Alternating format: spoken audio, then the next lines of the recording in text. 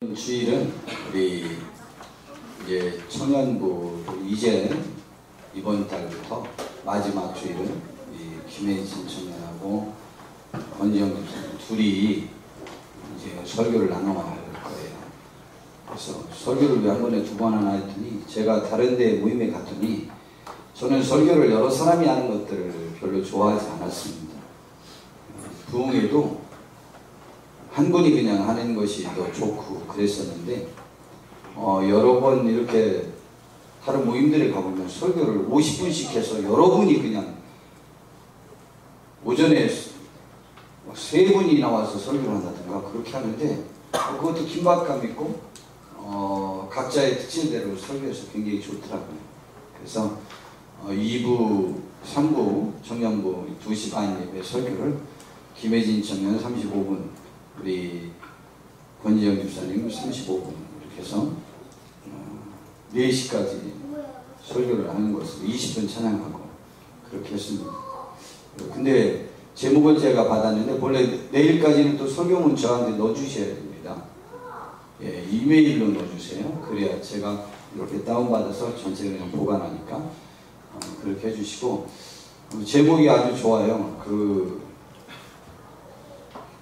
김혜진 청년은 창세기 12장으로 해서 제목이 기억이 안 났네. 아브라함의 축복이 뭐야? 뭐라고 했어? 쟤도 모르는데 못 뽑아. 근데 그냥 창세기 12장 전체가 본문인데 아브라함의 부름 아닙니까? 글쎄 뭘 설교하는지 모르겠지만 창세기 12장 전체를 했을 때는 나오자마자 기근이 들어가지고 애굽으로 기근을 피하러 갔거든요. 그랬다 아내 팔아먹고 부자 돼갖고 나오는 그 장면인데 여하튼 뭘 설교하려면 모르겠는데 하나님의 축복을 설교할 것 같은 생각이 들어요. 그리고 하나님의 뜻을 순종하자고 하는 아내를 팔아먹을지언정 좌우지간 떠나라고 하는 곳은 안 가는 뭘 설교할지 모르겠는데 저는 이제 기대가 되는 것은 설교하기 전에 제가 괜히 또 방향 잡는데 준비 다 설교문 작성했지? 아직 안 했어? 우리 윤향복 우리 친구 왔었잖아요. 이제 저랑 우리 인수라는 여기 왔었던 교감 선생님이라고 했어요. 그냥 교사라고 했어요. 그냥 교사였을 것 같아요. 초등학교 교사. 네, 그런데 둘이 같이 전도를 했는데 이런 기적들이 성경에 나와 있는 기적들이 믿어지냐 제가 물어봤어요. 왜 안 믿어지냐? 기도하면 그대로 된대요. 아니 교회 나온 지 얼마 되지도 않고 교회도 안 나간 거예요. 그냥 제 성경 공부에만 참석했거든요. 근데 그게 왜 안 믿어지느냐는 거예요. 믿고 열심히 기도했는데 불합격하긴 했는데 이렇게 기도하면 합격해 줄지 알았대요. 근데 안 됐는데 설교가 기대됩니다. 권지영 집사님은 빌립보서 4장 7절인가 8절 6절인가 7절인가 하여튼 내가 안 읽어봤는데 염려를 다 맡겨라 그리하면 이렇게 평강을 주시라는데 평안은 하나님이 그냥 주신다기보다는 내가 찾는 것이다. 나에 의해서 그 평안이 올 수도 있고 안 올 수 있다는 나의 의지를 강조하는 설교를 제목으로 적었더라고요. 굉장히 은혜되지 않아요? 되게 기대돼요.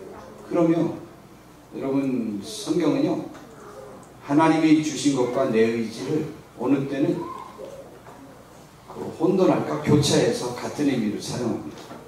둘 위해서 기도해 주시고 우리 청년부 활력있게 이제 변화되어지고 역동성 있게 부흥할 수 있는 청년부가 되기를 원합니다. 아주 제가 기대되고 좋습니다. 기분이 좋고 오늘 또 역대상을 이제 29장까지 끝내고 이제 역대하인데요. 역대하는 열왕기하와 비슷하게 다윗 왕의 이제 시대가 끝나고 이제는 솔로몬 왕의 시대가 시작하는 것으로부터 시작합니다. 근데 열왕기서는 우리 삼국 유사와 같이 야사와 여러 가지 주변 찾기 이야기들이 많이 나왔다면 역대기는 삼국 사기처럼 민족의 정통성을 주장할 수 있는 아주 중요한 사건들만 이렇게 좀 약간 좀 딱딱하게 기록한 특징이 있어요. 역대기가 그러한 특징을 지니고 있어요. 역대기는 다윗 왕가의 아름다움만을 더 부각시키고 또 그런가 동시에 다윗 왕의 정통성, 구원의 그 정통성, 역사성 이런 것들에 관해서 아주 관심 있는 것이에요. 더더군다나 오늘 이것도 본문 말씀은 요즘 설교 전체가 출애굽기를 할 때도 마찬가지고 이 역대기를 할 때도 마찬가지고 주일 저녁에 마태복음도 마찬가지고 전부 제가 볼 때는 이제 제가 요즘 그런 데에 꽂혀서 그런지 모르겠지만 전부 내용이 같아요. 우리 강현수 집사님이 제가 설교했던 전체를 지금 음미해 보았어요. 그랬더니 전부 이렇게 엮여져 있는 것 같더라고요. 그러니까 본문이 전부 엮여진 거죠. 그러니까 지금 이렇게 뭐 음미 안 해도 되니까 다시 한번 제가 설교하는 걸 잘 들으셔야 돼요. 자, 그런데 오늘 내용은 솔로몬 왕이 그의 왕위가 견고해졌어요.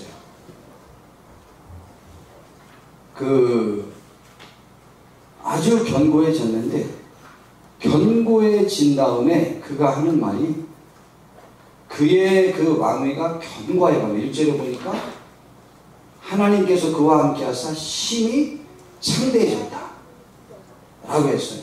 그러면 이 견고해졌다고 하는 것이 무엇이고 이 견고해졌는데 견고해지자 이제 걱정이 없고 염려가 없어졌거든요.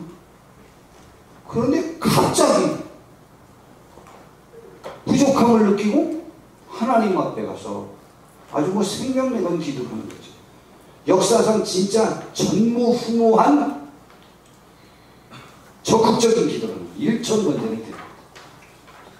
이건 뭐 1000번제라고 하는 것은 이건 어떻게 생각해야 되는지 모를 만큼 너무 규모가 큰 거예요. 일단 소 1000마리를 드렸거든요. 이 의견이 학자들마다 다 갈라져요. 지금도 모르겠대요.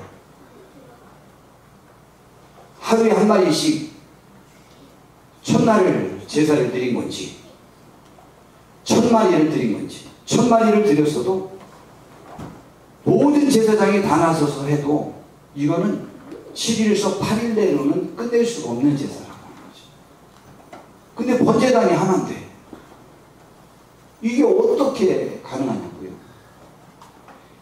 좌우지간 1000마리라는 그 엄청난 양에도 놀라고 그것을 1000마리를 드리는 동안 제사 드리려면 시간이 되니까 이거 화장시키는 것보다 훨씬 오래 걸립니다.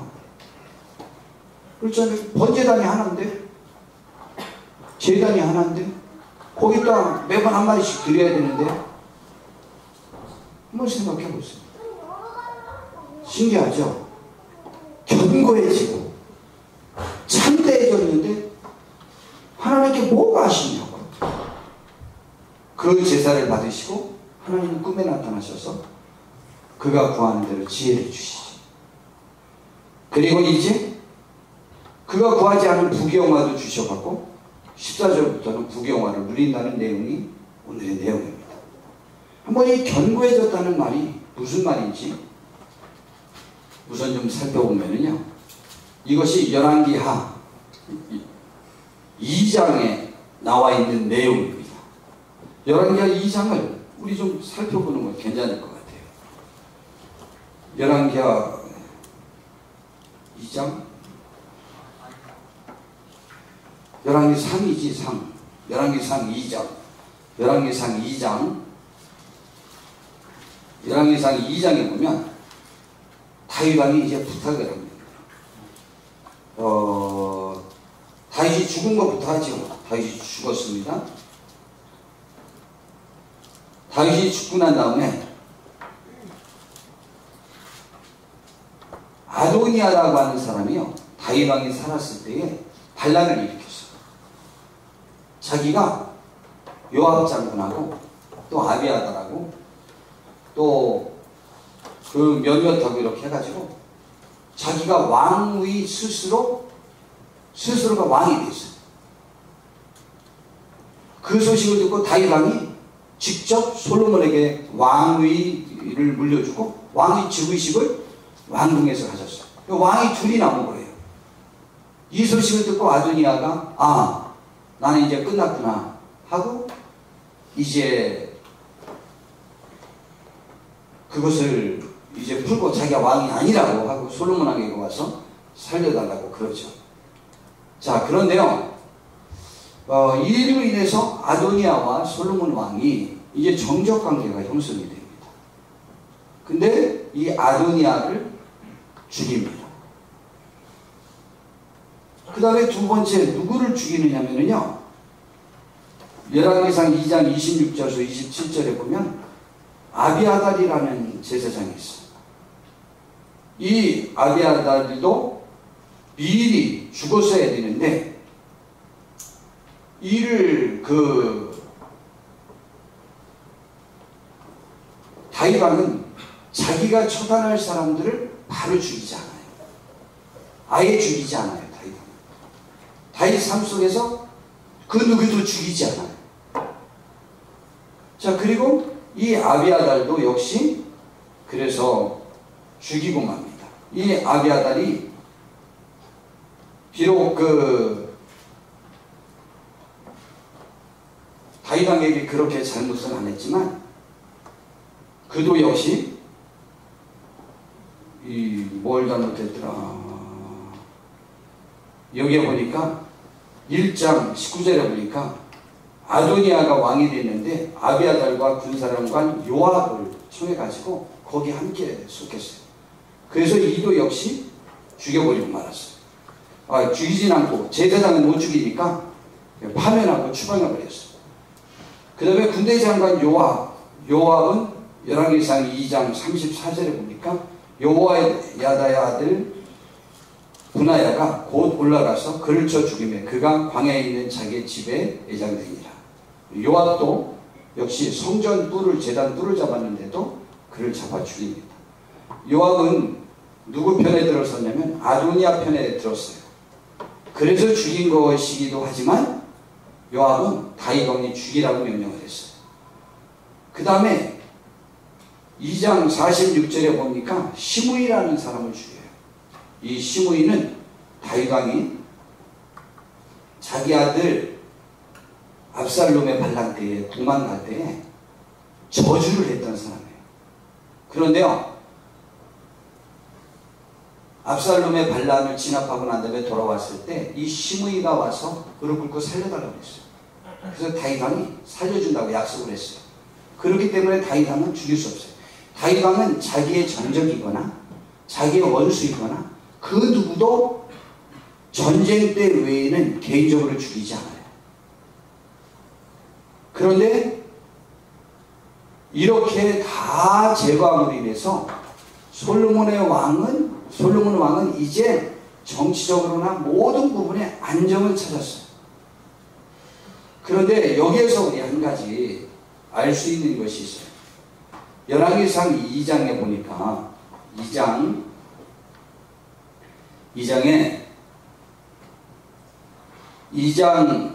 2절부터 있는 말씀을 우리 좀 함께 읽어보도록 하겠습니다. 이제 다윗 왕이 마지막 유언을 하는 장면이에요. 한번 읽어보겠습니다. 시작. 내가 이제 세상 모든 사람이 하늘 위로 가게 되었으니 너는 힘써 대장부가 되고 내 하나님 여호와의 명령을 지켜 그대로 행하여 그 법률과 계명과 율례와 증거를 모세의 율법에 기록된 대로 지키라. 그리하면 내가 무엇이라든지 어디로 가든지 형통할지라. 여호와께서 내 일에 대하여 말씀하시기를 만일 내 자손들이 그들의 일을 삼가 마음을 다하고 성품을 다하여 주시는 내 앞에서 하면 이스라엘 왕위에 오를 사람이 이에서 끊어지지 아니하리라 하시는 말씀을 확실히 이루게 하시니라. 그 다음엔 죽여야 될 사람들을 지금 나열합니다. 자, 5절 시작. 스가랴의 아들 요압이 내게 행한 일, 곧 이스라엘 군대의 두 사람과 내게 아들 아브넬과 내게 아들 아마사에게 행한 일을 내가 알거니와 그가 그들을 죽여 태평시대에 전쟁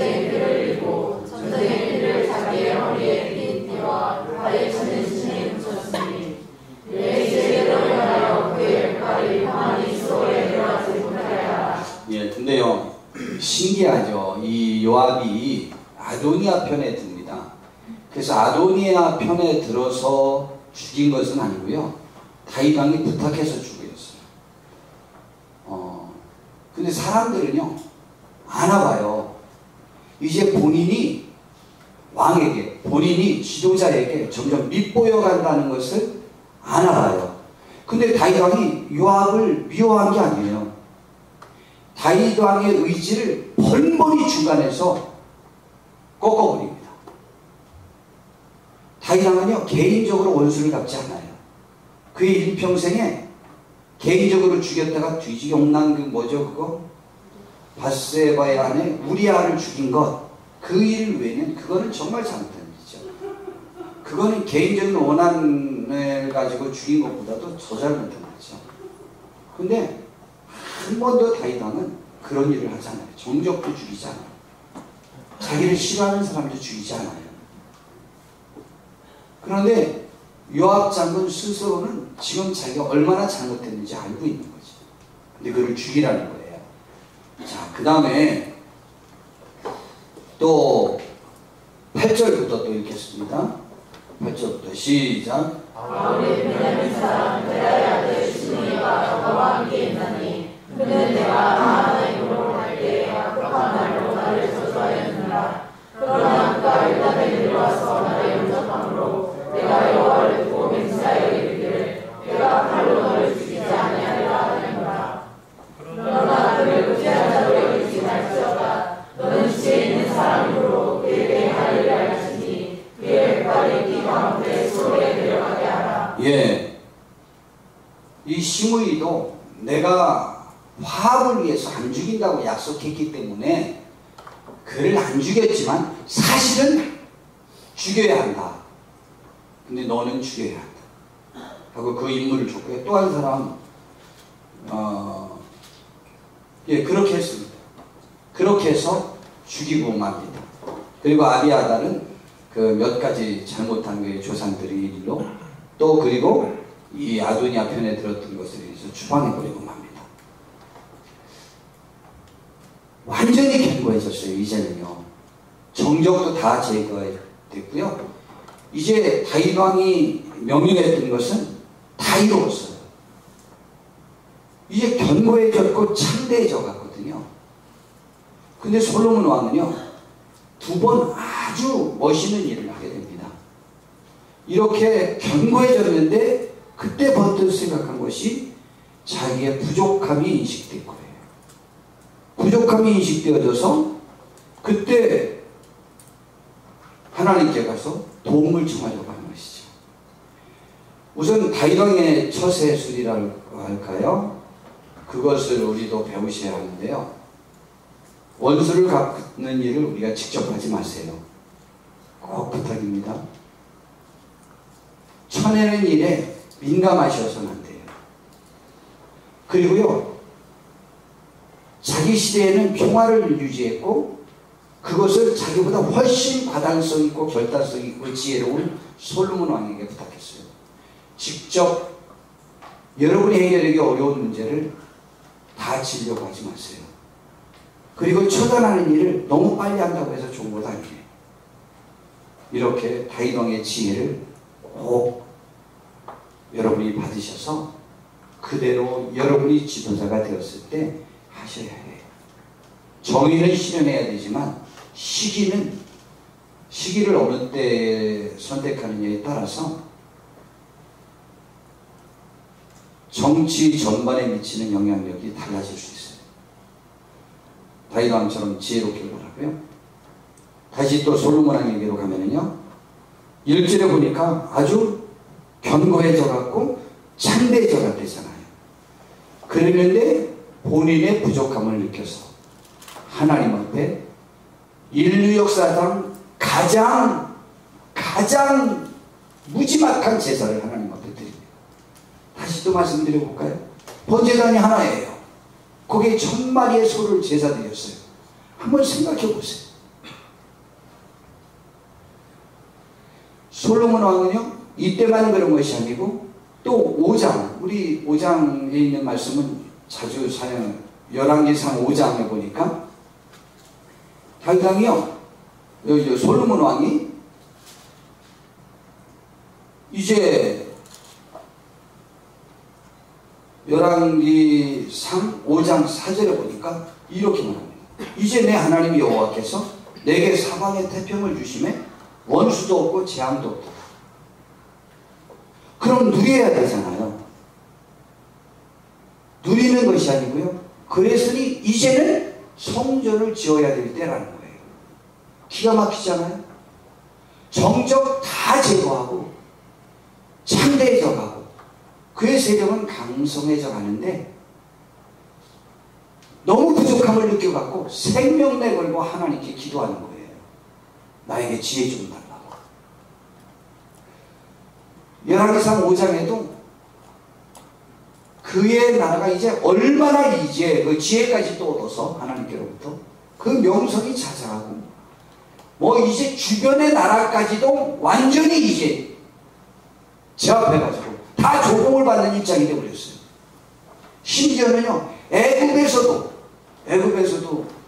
오고 시바의 여왕까지 와가지고 솔로몬의 지혜를 들어보고 싶어하는 그러한 것을 다 지나고 난 다음에 모든 것을 누릴 수 있는 그 순간에 성전 건축하겠다는 거예요. 멋있잖아요. 여러분, 우리 좀 갖추면은 내가 얼마나 고생했는데 이건 못 누려? 이 생각이 우리의 평생에 없으시기를 바랍니다. 내가 없다가 이렇게 많은 것들을 갖췄는데 내가 이것으로 귀하고 복된 일들을 해야 되지 않아? 나에게 이런 기회들을 허락해 주신 하나님께 감사하고 내가 더욱더 내 일에 힘써야 되지 않을까? 라는 생각들을 우리 평생 갖는 복된 분들 되시길 바랍니다. 나의 기득권을 누리려고 할 때는 그의 몰락의 시기가 오게 되는 거예요. 그걸 갖다 경망이라고 해요. 일단 그렇게 되면 그는 믿음에 성숙한 사람이 되지 못하는 거예요. 우리는 믿음에 성숙한 사람들이 꼭 되기를 바랍니다. 솔로몬 왕이 그때 구한 내용 다시 이제 역대기로 가보면 역대하 일정을 보니까 근데 하나님이 꿈에 나타나셨어요. 그래가지고 내가 너에게 무엇을 줄고? 라고 이렇게 물어봤어요. 너는 나에게 구하라. 얼마나 좋아요. 전 이 말씀 볼 때 꼭 생각나는 게 있다고 그랬죠. 쉽게 영화에 보면 모세가 이제 이드로의 집에 이제 가게 됩니다.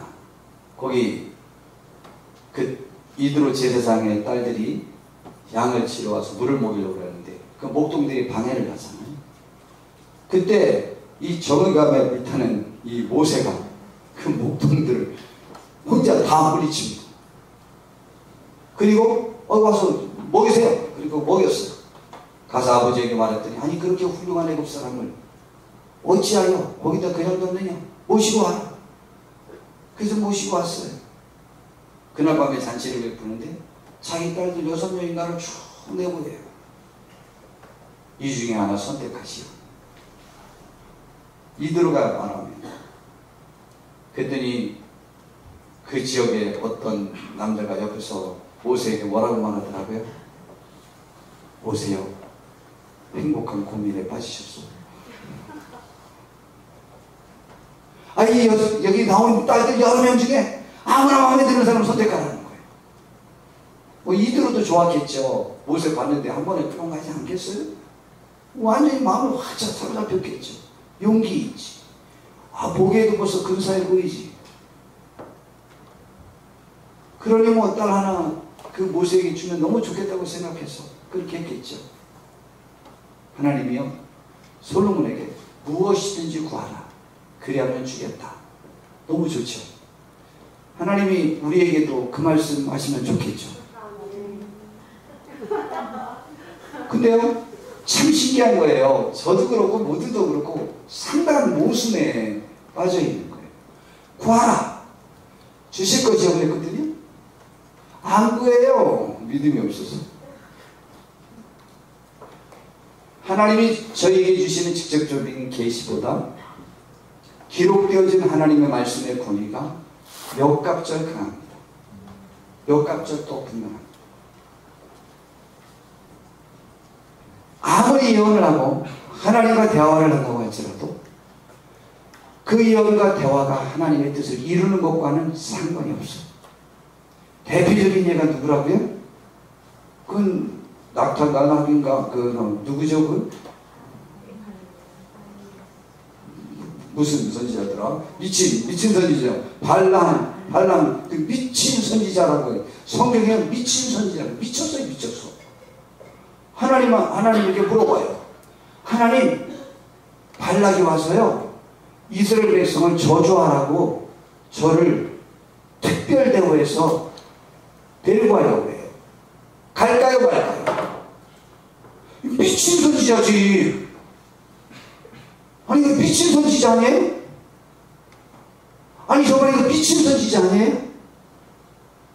그걸 왜 물어봐? 왜 물어보는 거예요? 뭐냐면 성준이한테 일평생 일 안 해도 될 만큼 돈을 내가 5천억을 주겠다. 그러니 와서 권은영 집사님을 네가 하나님께로부터 음성도 한번 들어봤다니까 저주를 해줘라. 그러면 5천만 원을 주겠다. 이 미친 선지자가 자기의 평생에 그렇게 파격되어 하는 사람을 처음 만난 거예요. 그래가지고 유혹을 받은 거야. 뭐의 유혹이요? 돈의 유혹을 받은 거예요. 지옥의 유혹을 받은 거예요. 왕의 사절단이 와서 자기에게 사정을 했어요. 왕과 접촉해 본 적이 없는 이 미친 선지자가 완전히 돌아버렸어요. 하나님한테 3번이나 물어봐요. 하나님, 갈까요 말까요? 아니 이걸 물어봐야 알아요? 이걸 물어보는 것은요 악을 행하고 싶다는 거예요. 봐주세요. 내가 악을 행할 거니까. 저한테 대우해 주겠다는 게 너무 크지 않아요? 아깝지 않아요? 이런 기도 왜 하셔요? 구하는 거 얻으려고요. 우리 구하는 것이 무엇이어야 한다고요? 주님의 뜻을 구하여야 해요. 그분의 나라와 그분의 의를 구하셔야 해요. 어제 제가 3군데의 절을 갔다 왔어요. 불갑사, 용천사, 손흥사. 그런데요 그 절에, 불갑사 절에 너무 멋있어요. 저희들을 왜 이렇게 멋있게 만드구나. 그 등을 뭐라고 그러죠? 연등을 전부 다 하는데 전부 거기에 제목을 뭐라고 썼는지 알아요? 소원성취. 우리의 소원은 뭐죠? 그 연등에 돈을 내고 그 등을 달았을 때 무슨 소원이었을까요? 이경욱 선교사님이 돈 치러 갔다가 거기에 그 대웅전이라고 그러나 거기 가면 이 부처님 앞에, 부처님은 이제 부처님상 앞에 이렇게 돈 넣는 데 있어요. 거기서 이렇게 절하고 거기다 돈을 넣대요. 그걸 알아가지고 자기 동네 애들끼리 가서 그 엎어가지고 그 돈을 훔쳐오는 일을 자주 했대잖아요. 근데 훔치러 갔는데 사람이 이렇게 기도하러 들어올 때 들키지 않으려고 부처님 뒤에 가서 이렇게 숨어 있다가 기도 끝나면 엎어가지고 가는데 그때 기도 소리 들어봤더니 다 가족들을 위해서 기도하더라. 선왕당 밑에서도 들어봤더니 똑같이 기도하더라. 근데 교회에서도 그렇게 기도하더라. 하나님에 대해서 혼란이 생겼다. 우리의 소원은 무엇이냐? 참 신기하죠? 솔로몬 왕은요 꿈에도 소원이 뭐였어요? 자기는 부족하다, 지혜가 없다. 말이 됩니까? 세계 역사상 지혜 그러면 솔로몬 왕이에요. 하나님이 주시는 지혜를 받기 전에도 다윗 왕이 볼 때 이 솔로몬을 왕으로 세우게 된 이유들 중에 하나가 지혜롭기 때문이고, 물론 하나님께서 지명해 주셨어요. 그런데 자기가 뭐라고 말했냐면 10절에 보니까 9절부터 볼까요? 여호와 하나님이여, 원하건대 주는 내 아버지 다윗에게 허락하신 것을 이제 굳게 하옵소서. 주께서 나를 땅에 티끌같이 많은 백성의 왕으로 삼으셔서, 아이고 이스라엘 백성이 땅에 티끌같이 많아요? 이거 진짜 전라도 말로 얼추없던 게로 뭐가 땅에 티끌같이 많아. 뭐 이스라엘 나라가 쨍한 나라가 중국을 알아봐서 그래. 그죠? 애국을 가봤으면 이런 얘기 못할 거예요. 비교할 수도 없어요.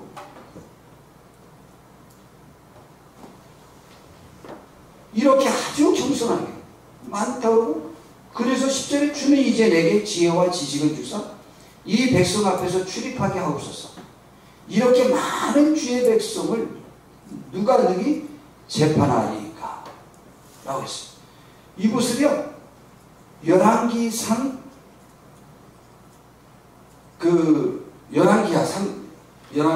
열왕기상이지, 열왕기상 3장으로 한번 가보죠. 그때 기도한 내용 보면은요, 더 엄청나요. 그 표현이. 열왕기상 3장 6절부터 있는 말씀 우리 좀 함께 읽어보겠습니다. 시작. 솔로몬이 이르되 제 종의 아버지 다윗이 성실과 공의와 정직한 마음으로 주와 그의 주 앞에서 행함으로 주께서 그에게 큰 은혜를 베푸셨고, 주께서 또 그를 위하여 이 큰 은혜를 항상 주사 오늘과 같이 그의 자리에 앉으라 그를 그에게 주셨나이다. 나의 하나님 여호와여, 주께서 종으로 종의 아버지 다윗을 대신하여 왕에게 하셨사오나 종은 작은 아이라 주중할 줄 알지 못하고. 솔로몬 왕이 작은 아이예요. 아도니아 죽이고 아비아달 추방시키고 제사장 추방시키고 또 그리고 시므이 죽이고 요압 죽이고, 이게 솔로몬 왕 아니면은 문제없이 해결할 방법이 없어요. 근데 솔로몬 왕이요, 정말 지혜롭게 그들이 조금도 이의를 제기할 수 없는 상황으로 몰고 가서 그들을 처단합니다. 그런데 아이라 출입할 줄 몰라요? 다 해놓고 지금 8절 시작. 왕께서 택하신 백성 가운데 있나이다. 그들은 큰 백성이라 수요가 많아서 쓸 수 없고 기록할 수 없사오니. 말도 안 되는 얘기라고 제가 조금 전에 말씀드렸죠. 말도 안 돼요. 이스라엘 나라가 뭐가 이렇게 크다고. 우리가 아는 대로 우리나라보다 작아요. 인구 우리나라보다 많지 않아요. 그런데 뭘 못세? 자기 아버지 다윗 왕도 병적 조사했어요. 인구 조사했어요. 근데 왜 못해? 본인은 더 재빠르게 할 수 있어요. 요압 같은 그렇게 말도 안 되는 장군 시켜가지고 힘들게 만들지도 않아요. 만약 솔로몬이 할 것 같았으면요, 더 금방 끝내요. 그리고 9절 시작. 누가 죄의 많은 백성을 재판할 수 있사오리까? 듣는 마음을 종에게 주사 주의 백성을 재판하여 선악을 분별하게 하옵소서. 잘 듣게 하옵소서. 그들이 말할 때 지혜를 주셔서 어느 것이 선이고 누가 선이고 누가 악인지 구별할 수 있는 사람이 되게 하소서.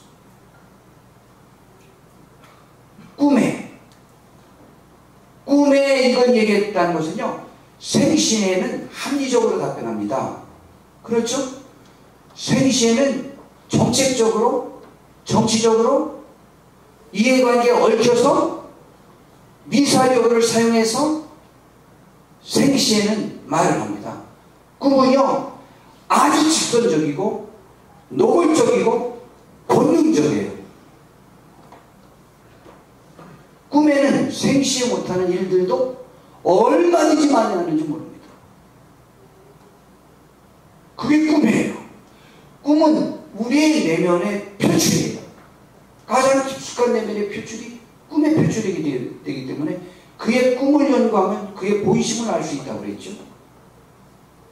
꿈에 내가 너에게 무엇을 줄까라고 했더니 내가 구할 것 무엇이든지 구하라고 그랬는데 바로 지금 이것을 구했어요. 멋있지 않아요? 정말 멋있는 거예요. 꿈에도 소원이 주의 백성을 지혜롭게 잘 인도하고 싶다. 멋있죠? 세계에서 하나님이 지혜 주시기 전에도 그 누구보다 지혜롭고 결단성 있고 과단성 있고 신속한 사람이었어요. 멋진 사람이었어요. 근데 이걸 구했어요. 멋있잖아요. 마태복음 13장 12절 말씀 지난 주일 저녁에 우리 살펴봤죠. 씨 뿌리는 비유에서 해요. 이 씨 뿌리는 비유에서 주님이 무슨 말씀을 하고 싶었을까? 마태복음 13장의 씨 뿌리는 비유를 설명할 때 그 중간에 주님이 어떤 심정으로 이 말씀을 전했는지에 관한 말씀을 하신 거예요. 듣지 못할 사람, 그들이 들을까봐 나는 두렵다. 그들이 깨달을까 나는 두렵다. 그렇게 교만하고 그렇게 게으르고 그렇게 악하고 하나님의 말씀을 들을 의향이 없는 그들 돌이켜서 고침받을까봐 나는 두렵다. 그러니 누가 더 많은 것을 누리느냐? 12절 말씀 시작. 물을 있는 자는 받아 명확하게 되되 없는 자는 누릴 것도 빼앗기리라. 예. 그런데 25장 29절에 보니까 달란트 비유를 말씀하셨어요. 그때 불평과 원망과 그 책임이 주인에게만 있다고 책임을 전가시키는 그에게 그 있는 것 하나도 빼앗아서 10달란트 있는 사람에게 주라고 했어. 그리고는 하나님이 일하시는 방법을 말씀하셨어. 똑같이 같은 말씀이에요. 도시 하나 안 틀리고 씨 뿌리는 비유의 말씀에서 있던 그 말씀을 그대로 말씀하십니다. 그래서 저 말씀은 그냥 제 생각하기에는 주님의 마음 속에 있는 관용어예요. 저 말씀을 그렇게 강조하고 싶은 거예요. 또 읽어보시죠. 시작. 물을 있는 자는 받아 풍족하게 되고 없는 자는 누릴 것을 빼앗기리라. 문화 비유에서도 마찬가지예요. 누가복음 19장 24절에서 26절에도 보면 그때 불평과 원망을 그 주인에게 팁다 해가는 씨 뿌리는 비유에서 완악한 마음이 있어갖고 다져진 마음이 있어가지고 하나님 말씀을 전혀 받아들이지 않고 사특인 마음과 비슷하게 지내는 그러한 사람, 그들은요 더 얻을 수 있는 기회조차 하나님 앞에서 주고 싶어 하나님께서 주고 싶어 하지 않아요. 그러므로 마음만의 중요성이 굉장히 있는 거예요. 그 원망과 불평만 하는 사람에게서 한 문화를 빼앗으라는 거예요. 24절 시작.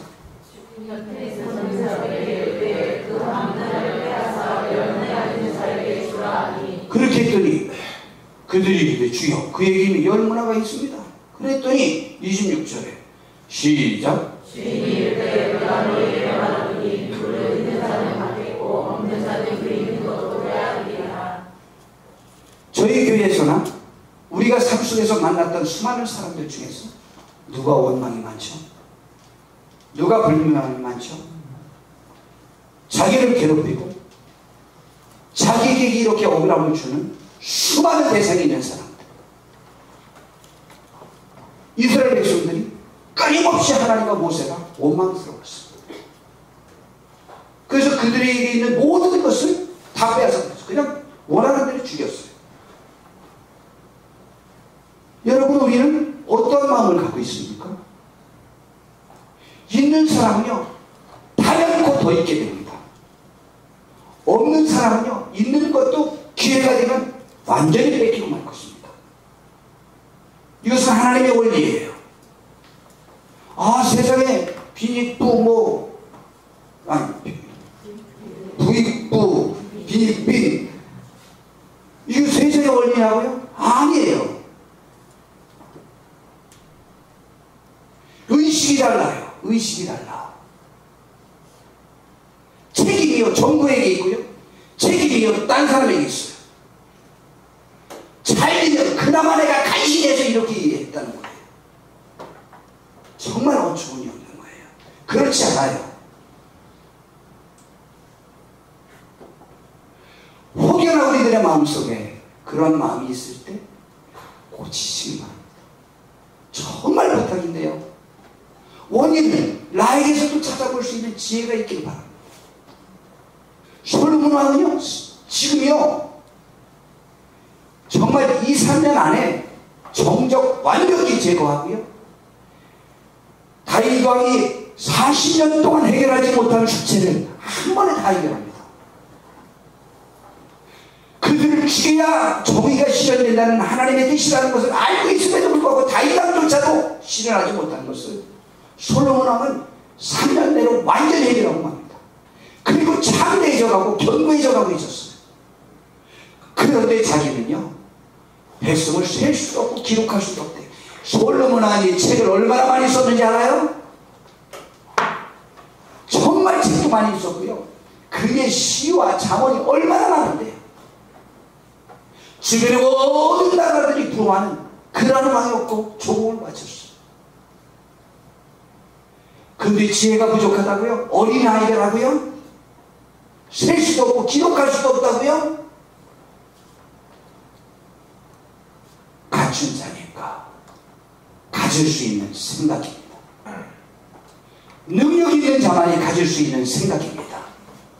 세계 최고의 사람만이 가지고 수 있는 생각입니다. 충성스럽고 하나님 앞에 쓰임받는 사람만이 가질 수 있는 생각이에요. 여러분이 가장 갖춘, 가장 겸손한 분들이 꼭 되셔야만 합니다. 갖추지 못하면 평생에 겸손할 수 없어요. 내가 갖추지 못하면 평생에 나는 한 번도 겸손한 사람이 될 기회를 얻지 못해요. 명심하셔야 돼요. 내가 갖추지 못하면 평생에 한 번도 겸손할 수 없어요. 내가 갖춰야 한 번이라도 겸손할 수 있는 기회가 주어질 수 있어요. 하나님의 은혜는 겸손한 자에게, 하나님이 찾는 마음은 겸손한 자에게, 하나님의 나라는 겸손한 자에게 주어진다고 하는데, 우리가 갖추지 않으면 한 번도 겸손할 기회를 우리가 잡을 수도 없어요. 우리가 갖추지 않으면 원망과 불평과 시비만, 다툼이 우리들 속에 있어져요. 시기와 다툼과 원망은 갖추지 못한 사람들에게서 일어나는 현상이에요. 솔로몬 왕이 세계 최고의 사람이었는데 그렇게 부족해서 어떻게 제사를, 일천번제를 드릴 생각을 했고, 그것도 자기 혼자 가서 드리는 것이 아니고 전 대신들을 다 거느리고 모든 종사를 다 수용하고 백성 전체의 관심을 하나님의 도움을 청하는 일에 집중하게 됩니다. 멋있죠? 그래도 일은 해가면서 그게 어디서 지금 솔로몬 왕은요, 정적 다 제거하고 견고해져 가고 창대해져 갔는데 그때부터 생각난 것이 자신의 부족함이 인식되어져서 하나님의 도우심이 지금 나에게 주어지지 않으면 나는 제대로 된 왕으로서의 삶을 살 수 없겠다는 인식을 가졌어. 다시 말씀드릴까요? 갖춰야만 천국에 합당한 겸손을 가질 수 있어요. 그냥 이것을 착 뒤로 돌려서 생각하면, 내가 겸손하면 나는 갖춘 자가 될 거예요. 한번 겸손해 보세요. 겸손한 사람이 멸시당하는 시대는 없어요. 겸손한 사람이 멸시받는 단체는 없어요. 겸손한 사람이 멸시되는 받는 경우는 이 세상에서 존재할 수 없어. 겸손하시고 나를 비우세요. 시기와 질투와 원망이 없이 행하세요. 고린도 교회에 그들이 믿음이 어린아이와 같았던 것도 시기와 질투와 다툼이 있기 때문이에요. 그러지 마세요. 시기하지 마세요. 나의 것을 가지고 최선을 다하는 복된 분들이 되길 바랍니다. 그 다음에 이제 그것이 오늘 본문 1절부터 13절까지의 내용이라면, 그런데 역대기에서는요, 그 솔로몬 왕이 그 창녀들 재판하는 내용이 안 나와 있어요. 그게 참 극적인 데도요. 그러한 그 잡사에 신경 쓸 관심이 없어요. 역대기 열왕기서에는 기록이 되어 있지만. 그런데요, 이제 14절부터 솔로몬 왕이 얼마나 복을 받았는지 오늘 본문에 보니까 나와 있어요. 14절부터 얼마나 복 받았는지 한번 읽어보죠. 시작. 솔로몬이 병거와 바람을 보에 병거가 1,400대요 바람이 12,000명이라.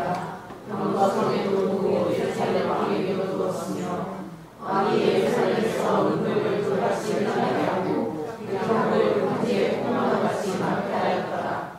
솔로몬의 말들을 대과 그에서 살렸으니 왕이 묘한 예배대로 왕을 정하여 주셨으며 대국에서 살린 병거는 한 개에 600세겔이요 나라의 150세겔이라. 이와 같이 사람들의 모든 왕들과 나라왕들을 위하여 그들의 손으로 베풀고 하였더라.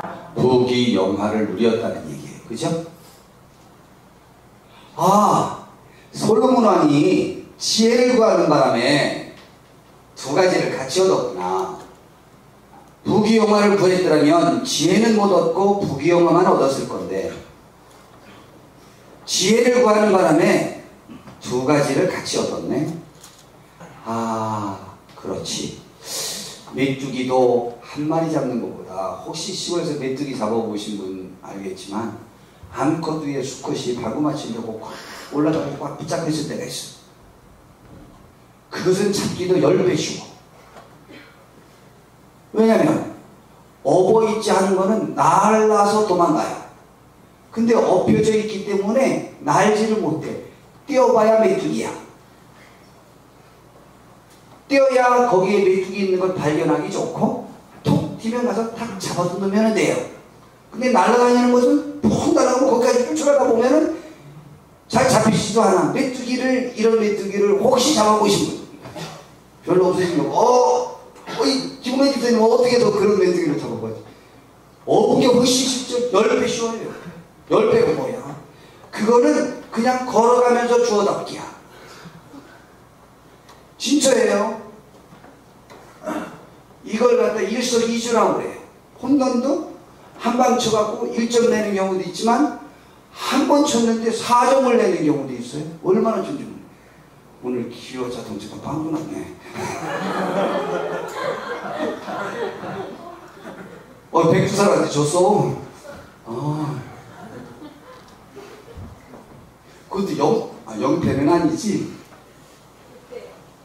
6대요? 그래도 기아 자동차가 더 많이 남았대. 아직 남은 것이. 자, 그런데요. 아니, 강현수 집사님은 어떻게 6대5까지 알아요? 이제 강현수 집사님이 이제 박영희 집사님 아니고 이름이 뭐더라? 김창희 집사님이 이제는 저 떡볶이 안 사시는지.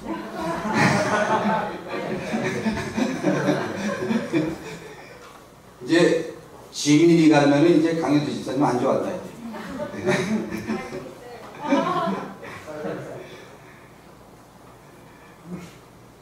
옛날에 햇볕 데이버스 때문에 우리 아이스크림 많이 먹었어요. 툭하고 우승하는 바람에 얼마나 좋아하는지 몰라요. 이제 그러면은 두산이 우승하면 이제 박병희 집사님 보고 이제 아이스크림 쏘라고 해야지. 아니, 부인 말을 안 듣는 남편이 있어요? 와, 우리 집이랑 똑같네. 아유.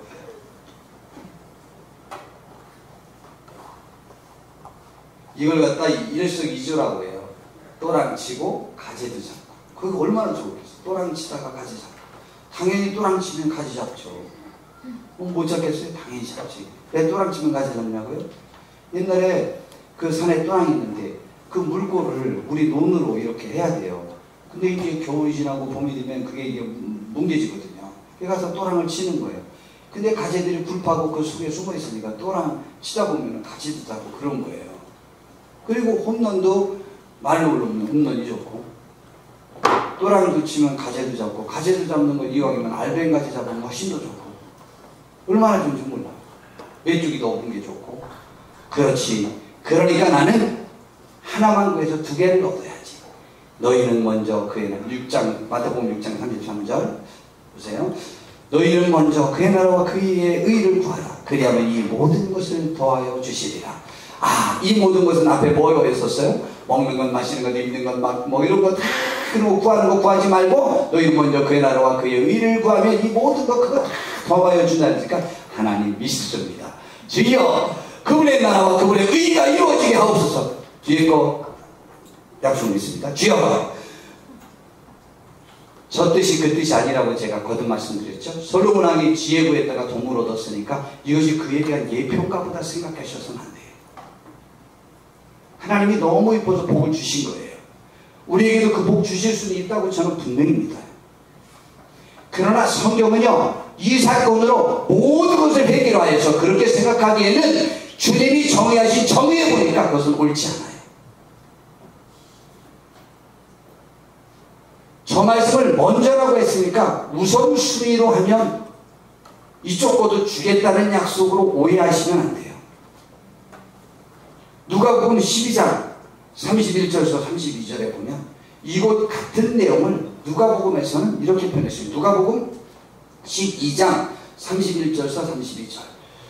다만 너희는 그의 나라와 그의 나라를 구하라. 그리하면 이런 것들을 너희에게 더하시리라. 적은 무리여 두려워 말라. 너희 아버지께서 그 나라를 너희에게 주시기를 기뻐하시느니라. 적은 무리여 두려워하지 말라. 내가 너희를 다 먹이겠다. 아버지께서 다 너희를 먹이겠다. 물론 앞에 말씀을 하셨어요.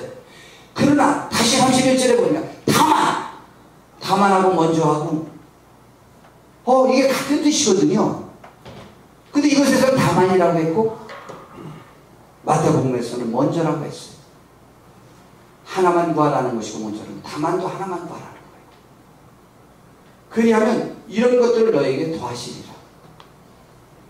그리고는 32절에 참 표현 좋죠. 적은 무리요 무서워하지 말라. 그때 아직 많은 무리가 예수님의 직접적인 제자는 아니었어요. 우리는 주님의 제자이기를 바랍니다. 너희 아버지께서 그 나라를 너희에게 주시기를 기뻐하시느니라. 아버지께서는 너희들에게 물질 주시기를 기뻐하시느니라 라는 말씀으로 결론 내리지 않았어요. 그렇죠?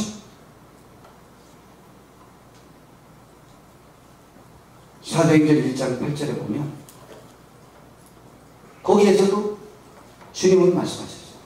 그 6절부터 보니까 주님 이 나라를 회복하실 때가 이때입니까? 라고 물어봤어요.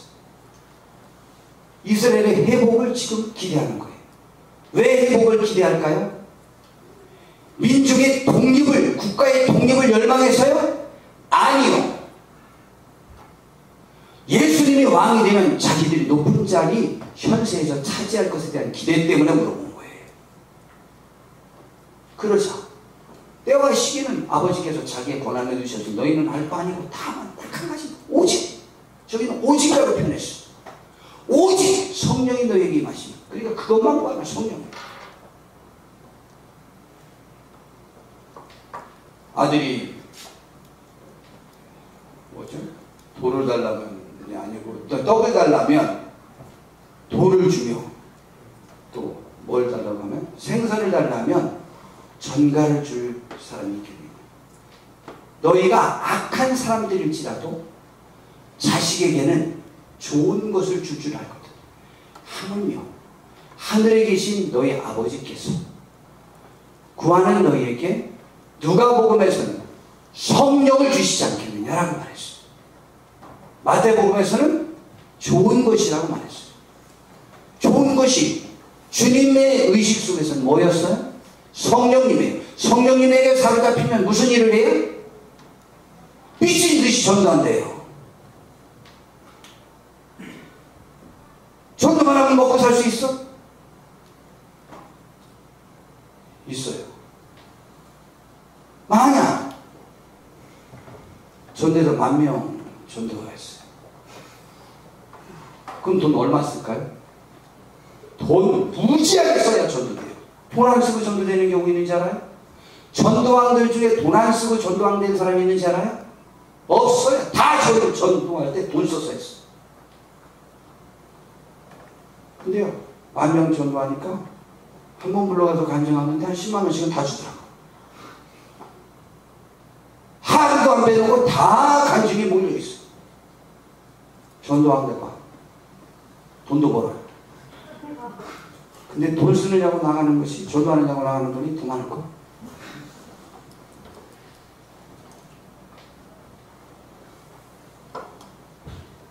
솔로몬 왕이 지혜구했다가 부귀 영화까지 누렸다는 것에 초점을 맞춰서 꿈에만 나타나봐라. 지혜구해야지. 꿈에 나타나 내가 너에게 뭘 줄고 그러면 소원이 나오죠. 제가 지혜구하면 솔로몬 왕 저도 이거 줄 거죠? 라고 나올 거요? 정말입니다. 우리는 꿈에도 소원이 뭐죠? 주님 만나고 그분과 살아가며 그분의 말씀에 영향력을 받고 싶어. 그분의 뜻을 이루며 나 때문에 그분이 기뻐하시고 나 때문에 영혼들이 구원받는 일이 있어지기를 원하는 소원이 우리들의 소원이셔야 해요. 솔로몬은 멋있는 사람입니다.